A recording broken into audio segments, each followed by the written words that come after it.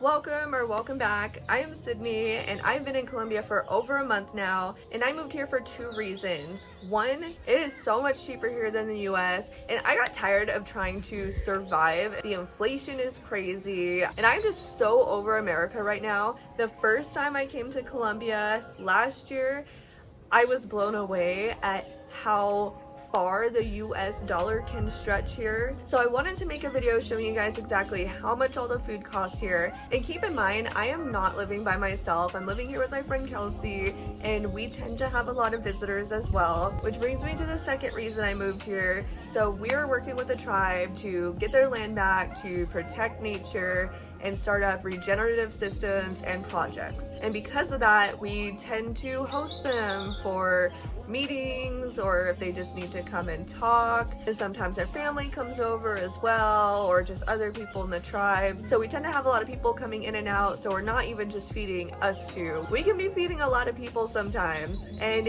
even so, with all the people that we're feeding, our food costs tend to be very low. And we also don't eat out all that often, unless of course we're on a trip, we have to go somewhere for the project. So I'm not including that in this video. Maybe I'll do it in another video in the future, but for now this is just food that we're cooking and eating at home. But even when you do eat out, it is still not that expensive for a plate, obviously depending on where you're at, but compared to eating out in the US, still fraction of the price. Crazy. And a side note, the food quality is so much better here. The fruit tastes sweeter, the meat is fresher, the overall quality just feels so much better than the US too. Like, I know that there's still pesticides used, but it seems that there's a lot more organic food here. I remember the first time I visited here and I went back to the US, I got so fucking sick.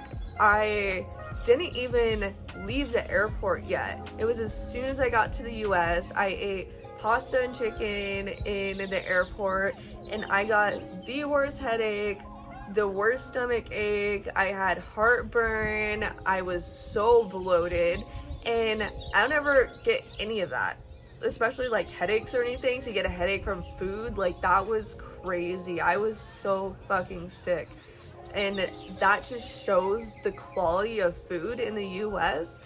You could feel the difference when you go out of the country. But yeah, anyways, back to the topic of this video. Now that I got that intro out of the way, I'm going to show you my shopping trips. So here's the first entry. It is August 14th. I only got a little bit of things this time because I was already in the process of cooking when I realized I forgot some stuff. So I went to the store real quick. But to put into perspective what I got yesterday, I got like tomatoes, and this is just a little bit, like maybe to feed me for like a couple days. I got tomatoes, potatoes, a cherimoya, the zapote, these little, like, they call them tomatoes of the trees. It's like a fruit, it's for juicing, they say. Carrots, some onions, garlic, cilantro. I got 2 bags of quinoa, 1 bag of chia seeds. And yeah, that was it. So that's what I got yesterday, and that was about $6 US. So now I'm gonna show you what I got today. Let's ignore this because that's the stuff from when I was cooking earlier today. But yeah, so I got 15 eggs, an avocado, 6 plantains, I believe, some ginger, a bunch of cilantro, 2 cherimoyas, olive oil, and oats, bag of oats. Oh, and a couple cookies that I got from a local bakery. Are you ready for it? Are you ready? All of this was $11. Eggs in the US right now are like $11 on their own. And I got fruit, exotic fruit to us in the US. If I buy all of this at Whole Foods in the US, I'm gonna estimate this to be about $40 to $55-ish. It'd be really cool for you guys watching, like if you wanted to compare the prices and like make a TikTok or something and send that in to me. Pause. So I got the full idea now. If you guys are up for the challenge, what I was thinking, you guys could do the same shopping trip I did and give your pricing, and then we could do a side-by-side video comparing exactly the difference in pricing between Colombia and the US. And on top of that, when we make that happen, I'll also do some research on salaries so we can get a full scope of the difference in living standard and wages here.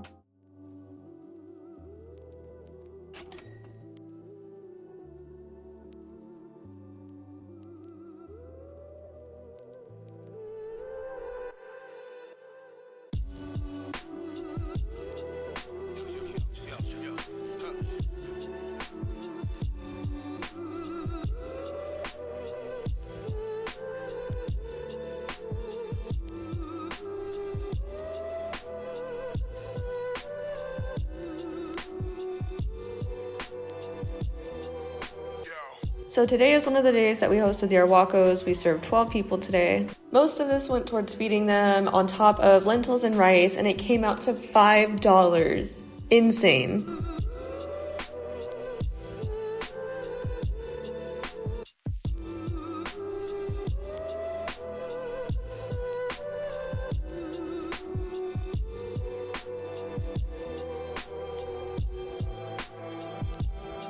We have no food, so I went shopping today. I got a whole rack of eggs, big block of cheese, and then fruit, some veggies, some hot sauce. All of that was $20 US.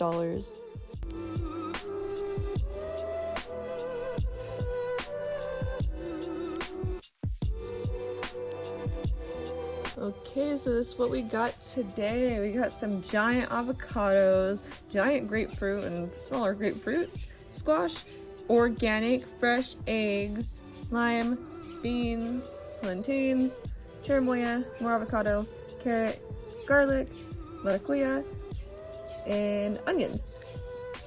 All of this was $17 US.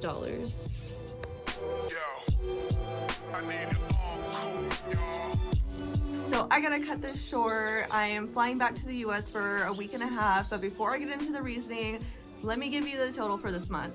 So for this month, I spent $90 US for me and my friend and our visitors. That is so crazy. It has been so nice to not worry so much about money here, and the little money that I did bring out is going a long way. I am so grateful for the opportunity to be able to come out here and do that, because I know everyone's not in the same boat. Before I'm given reminders that the locals are not living the same way, I know that, but I came out here because I was living the same way in the US, and I feel grateful that I'm able to breathe and not stress and not have to worry about surviving all the time. And yeah, I hope this was helpful for you guys too, that are maybe thinking about taking a break from the US too, because I feel like it's very necessary. And for one, it's necessary to travel anyways. Everybody should be traveling. That's how you actually learn about the world. It's not from watching TV, from watching mainstream news. That's not the way to do it. Travel, talk to the local people, that is the way. But anyways, I'm going back to the US because I want to get my cat. I've been traveling for 5 years, mainly without him. I tried to do it with him in the beginning. He did not like it. He is way too anxious of a cat. He's a little older too. I think he was 5 when I started traveling. So he was a little too old and just anxious in general, like as a personality, to travel. He tried for 2 months with me, but I was worried for his health. So he's been staying with my grandma all this time. And I'm so excited to be able to go back and get him. And when I do, I'm going to be making a video on how to bring him to Colombia, because I've gotten that question a lot, especially from friends, like, how do you bring your cat or your pet here? And it is a process I learned, so I'm gonna record that process to make it easier for people and show them how it went for me. And while I'm out there, I'm gonna be seeing family. It's my mom's birthday. They're having a big birthday party. So yeah, that's my next adventure. And of course, when I come back, I'll be resuming Colombia content. I'm getting into vlogging. It's something that's new to me, so I'm learning the process still, getting used to trying to record everything and have a plan or without a plan. So it's a bit of a learning process, but we'll do it. And I'll be sharing other travel stories and other insights, perspectives and stuff. But yeah, that's it for now. Hope you guys found this helpful. And of course, always appreciate the support, and I'll see you next time. Take it easy.